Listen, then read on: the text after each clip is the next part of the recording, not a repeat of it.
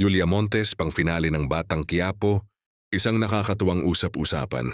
Yung di kumakalat sa social media, ang sa ilang entertainment forums na posibleng pumasok, umano si Julia Montes sa FPJs.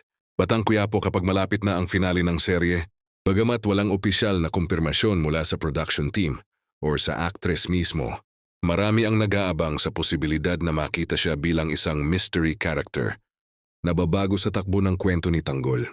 Iyon sa mga fan pages, si Julia ay posibleng magpakita bilang isa sa may mahalagang koneksyon kay Tanggol sa kanyang huling misyon.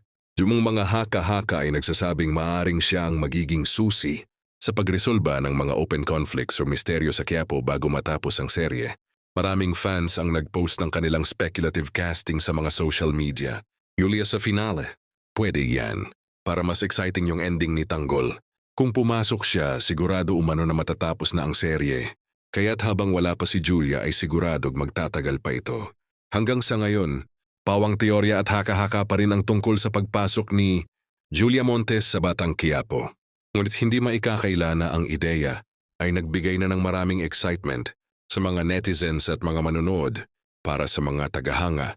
Tila ba ang huling yugto ay magiging pinakahihintay na kabanata sa maaaring si Julia na mismo ang maging highlight ng finale katulad noong FPJs.